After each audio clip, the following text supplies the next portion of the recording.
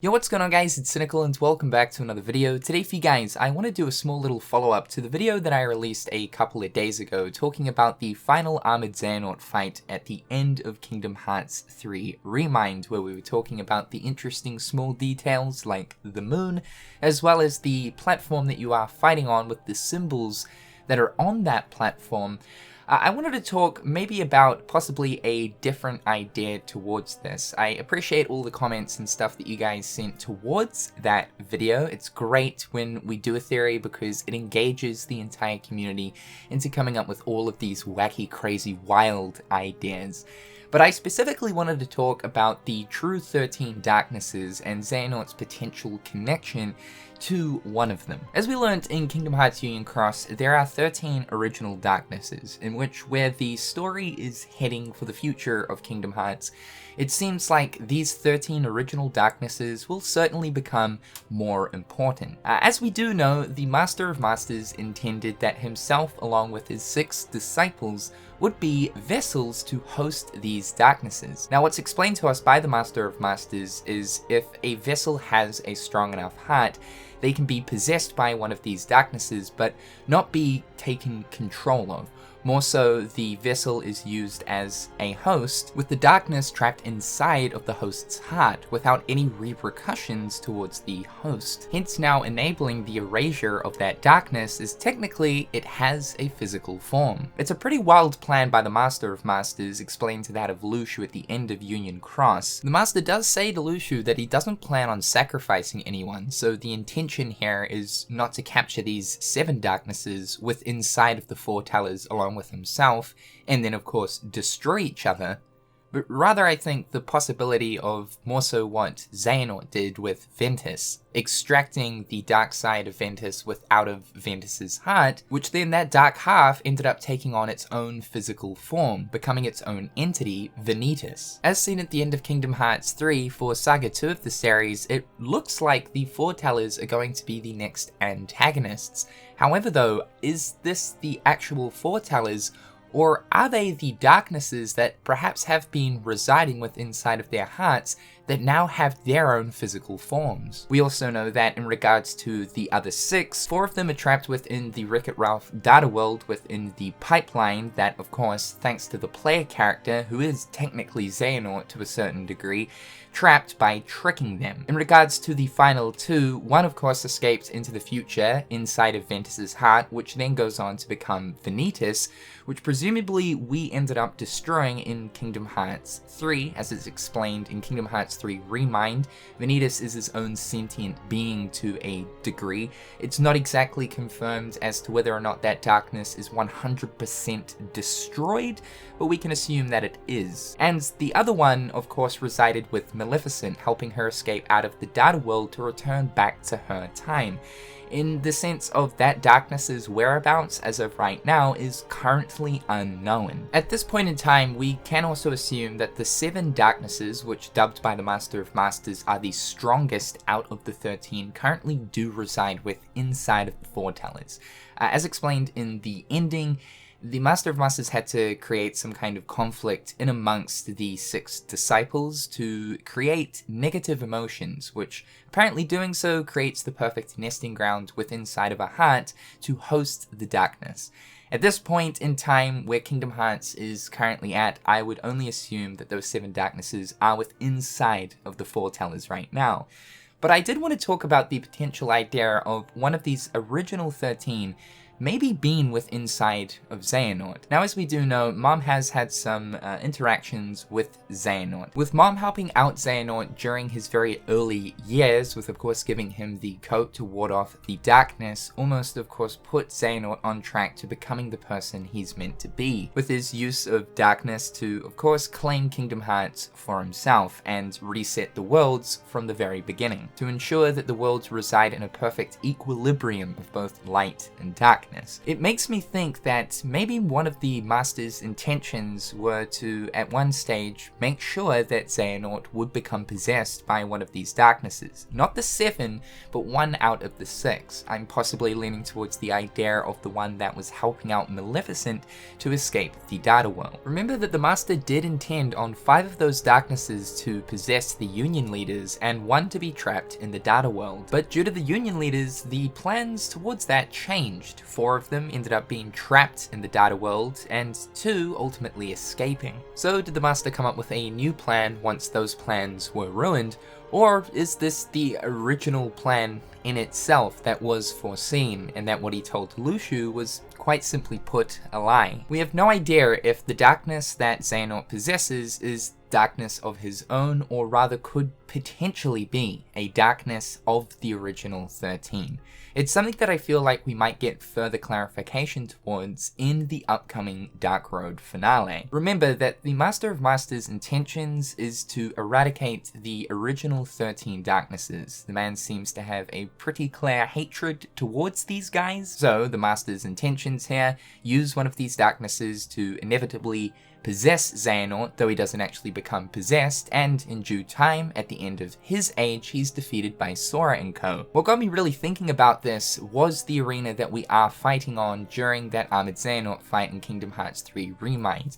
The color of the arena is this purple color, which throughout Kingdom Hearts has almost always represented darkness. When one of these original darknesses don't have a form, they're this sort of purpley, smoky, ethereal figure to a degree. On the top layer of the platform, it's counting up to 13 in the ancient Scala Edskylum language. 13 has always been a number that represents Xehanort, but in this case, could it be possibly referring to the 13 original darknesses? I also managed to count 7 of this emblem as well, one that we've never seen in the Kingdom Hearts series before. It's towards the bottom layer of the arena, just above the layer that contains the singular bigger eye.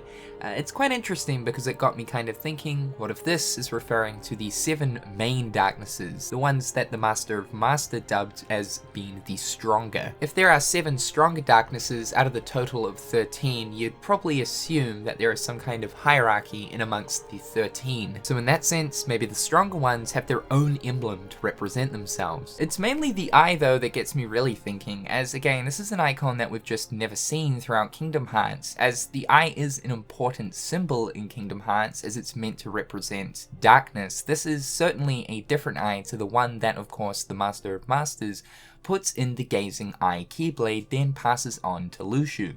Of course, as we do know though, the Master's Eye resides within a lot of different Keyblades throughout Kingdom Hearts, and that's still yet something that is to be explained as to why the Master's Eye doesn't just reside within the Gazing Eye Keyblade, but also other Keyblades as well. Could it be that this icon here actually represents those original 13 darknesses? And the eye really would be the perfect symbol to represent these original 13 darknesses. They don't have their own physical form, but they are an entity to a degree that, yes, can observe, can see, and can attack if need be. Also, because they possess hearts, they do see through the eyes of other beings. This platform really does remind me of a sort of Dive to Hearts stained glass. As we know, those represent a character with containing details on the stained glass, as well as different characters that appear on it that represent that character's heart you're inside of. Although this isn't a Dive to Heart or stained glass pillar,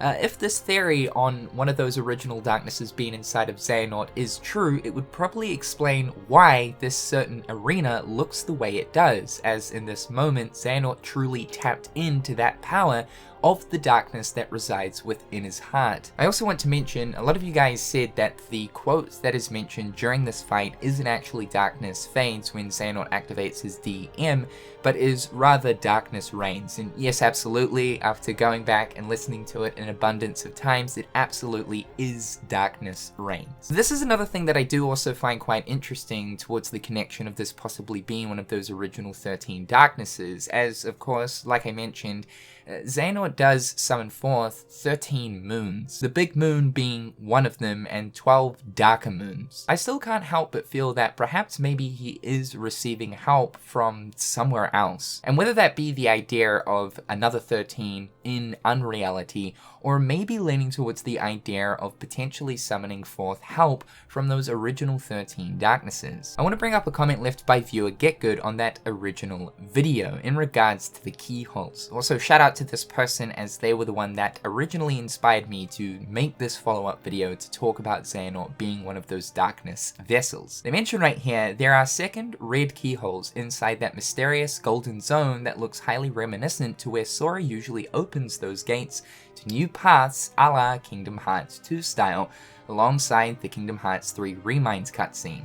That place could have some incredible significance, since before, only Sora has been the one to successfully conjure that zone with the crown insignia. But now we're starting to see that now the no-name Keyblade holds this ability too. Could possibly be some sacred ground for Keyblade wielders. And this is exactly correct. If we look at the skybox with inside of the keyholes that are summoned by Xehanort, it's basically, if not the exact same skybox that is used when Sora opens new paths within worlds in Kingdom Hearts 2, also in Remind as well, when he's connecting to that of the hearts of the Guardians. It is totally interesting that Sora just naturally knows how to do this from the get-go of Kingdom Hearts 2, and as we are all assuming, there is a greater importance and more to Sora than we actually know. There's tons of theories here where Sora has ties to some of the Lost Masters and ancient Keyblade wielders. There is a massive significance behind that crown symbol,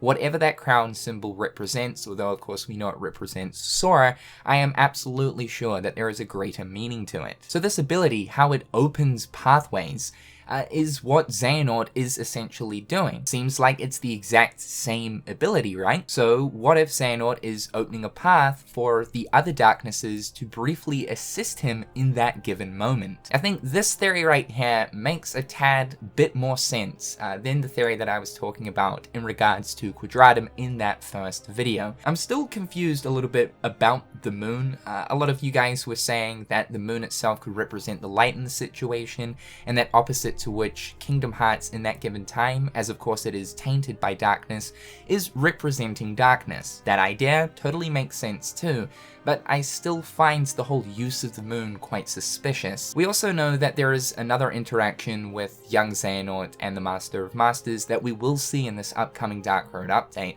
although that situation seems to be taking place before the interaction of Xehanort and Mom that appears in Remind. This is likely to be the interaction where the Master of Masters hands over the coat to Xehanort, but likely during this time they may actually get onto the topic of those original 13 darknesses. I don't believe that this could be the moment in which maybe the Master of Masters hands over one of the darknesses and possesses Xehanort to use him as a potential vessel, as the Master is acting maybe sarcastically shocked by the idea of Xehanort using the power of darkness to his own benefit in that Remind cutscene. So it wouldn't really make sense if this was the given moment where maybe that possession took place. Either way though, it's definitely food for thought. However guys, that is all for today's video. I would love to hear your guys' extended thoughts on specifically this idea, and once again, shout out to commenter GetGood. So to let you guys know too that the Global Dark Road Twitter account recently tweeted out about Dark Road's delay, and that we shouldn't have to wait too much longer until the release of the finale. So that is kind of a good sign. It's quite some time after the original JP announcement, which gets me a little bit worried. I am crossing my fingers both of these drop at the same time. We'll just have to wait and see, but I'm sure that within this finale we will get a lot of these lingering questions to do with Xehanort finally answered, including some of the stuff that was brought up in this video. However guys, that's all for today. I'm Cynical, and I'll catch you guys in the next one. Peace.